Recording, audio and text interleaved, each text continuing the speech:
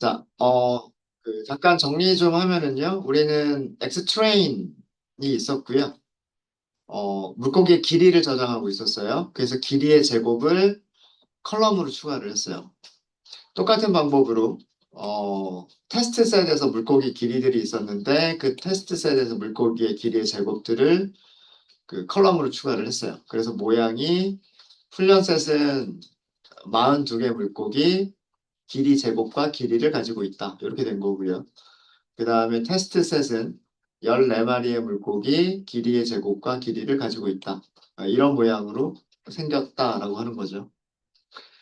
그 다음에 리니어 리그레이션을 객체를 생성을 하고요.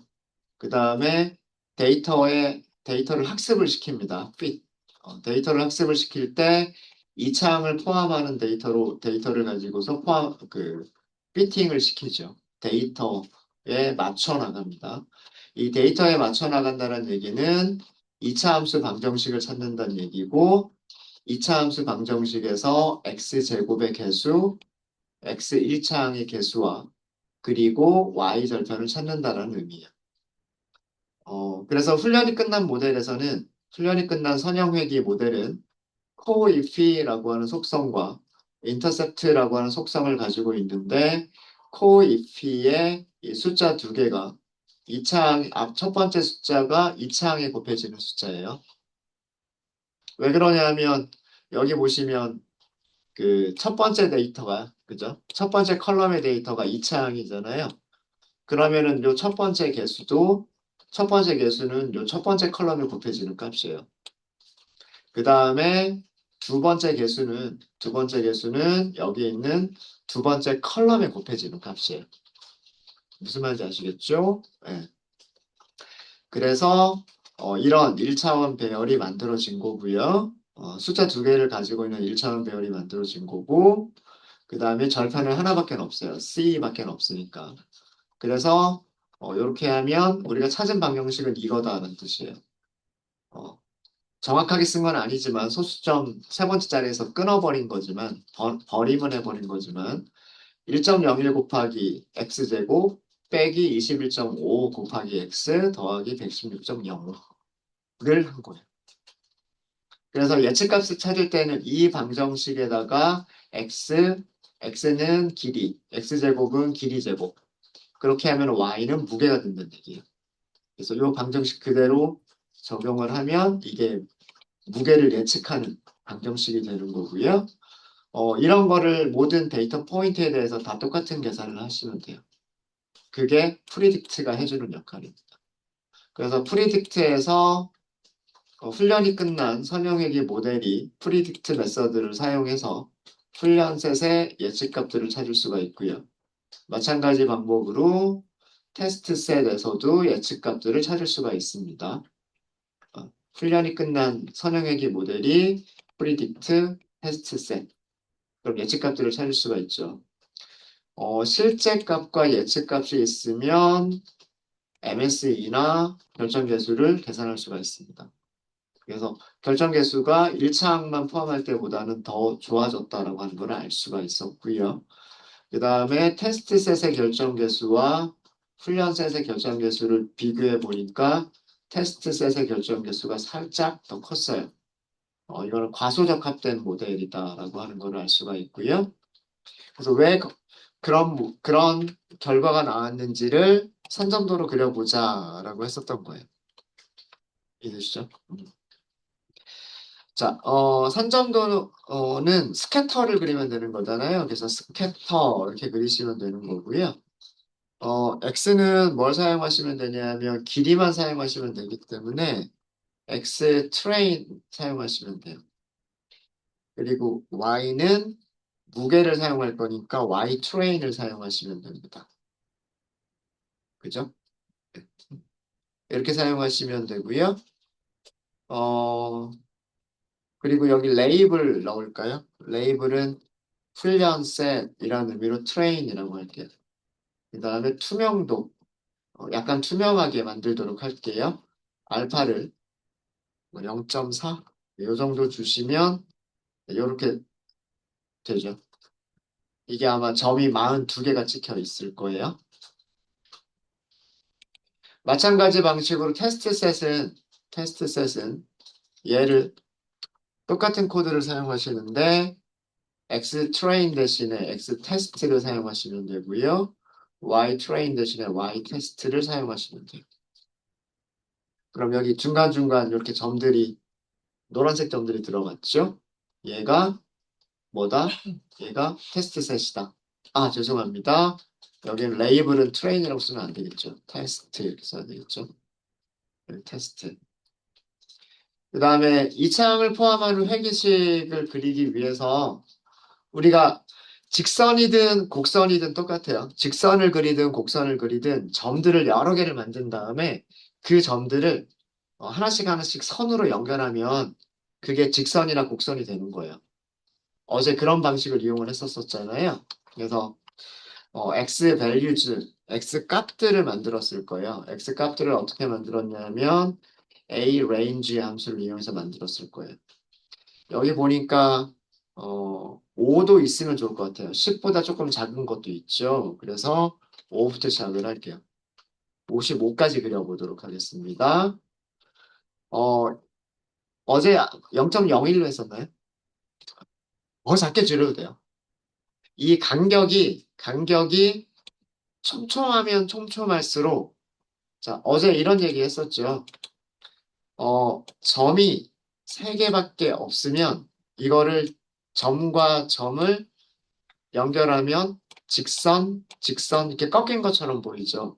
근데 똑같은 점들이 이렇게 분포해 있는데 그 사이에 다른 점들이 많으면 그리고 얘네들을 직선으로 연결하면 부드러운 곡선처럼 보일 거란 말이에요. 그래서 간격을 간격을 세밀하게 하면 세밀하게 할수록 더 부드러운 곡선처럼 보여요.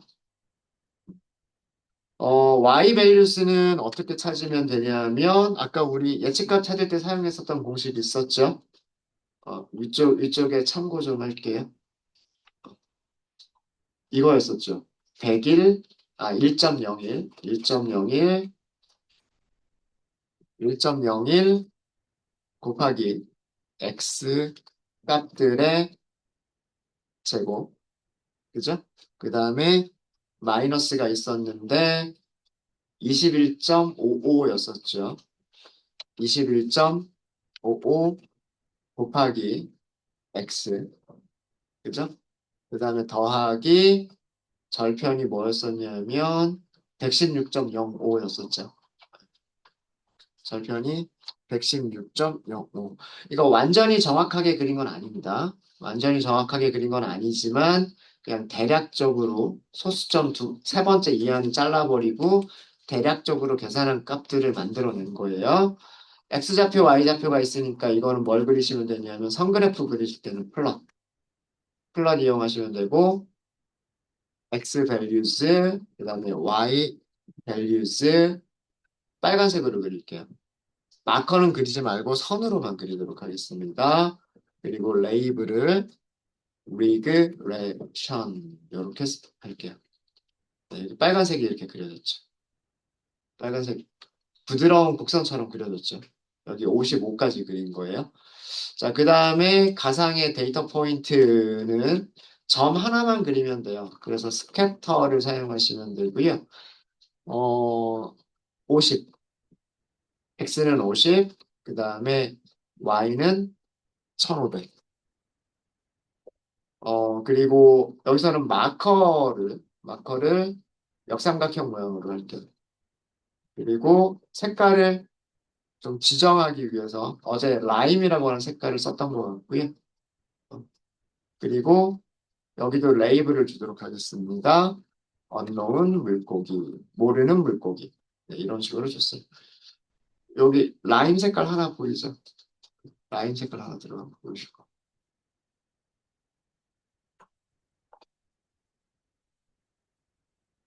네, 이렇게 하시면 훈련셋 한 점도, 테스트셋 한 점도, 리그레션 2차 함수, 그리고 50g, 150, 1500g이라고 하는 것까지도 표시를 했어요.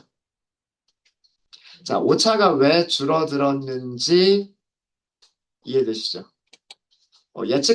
예측값들은 예를 들어서 여기 있는 이 노란색 있죠? 테스트 셋의 예측값.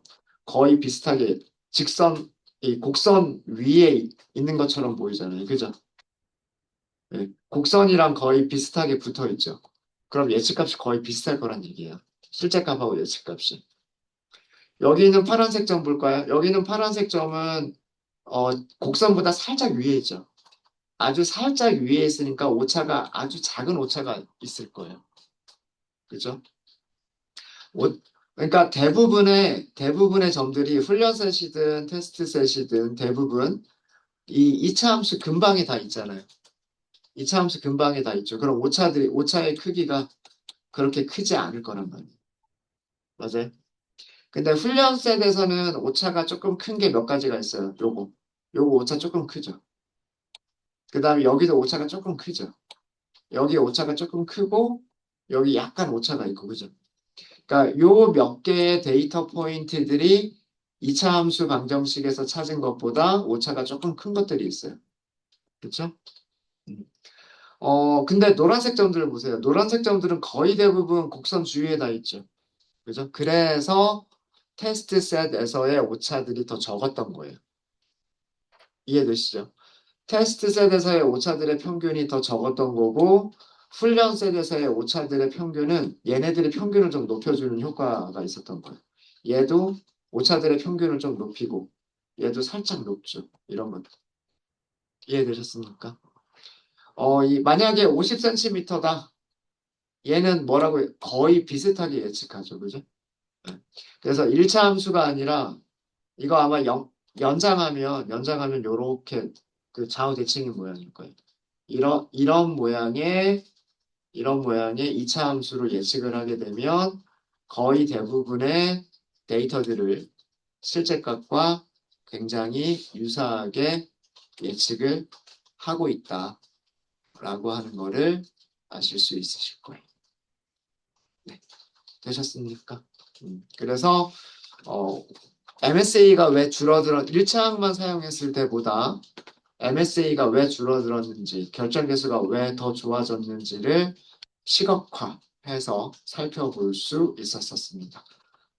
네, 질문 있으실까요? 어렵지 않죠. 그냥 항이 더 추가가 된 것뿐이지 과정은 어저께 했었던 과정하고 똑같잖아요. 그쵸? 질문 있으세요?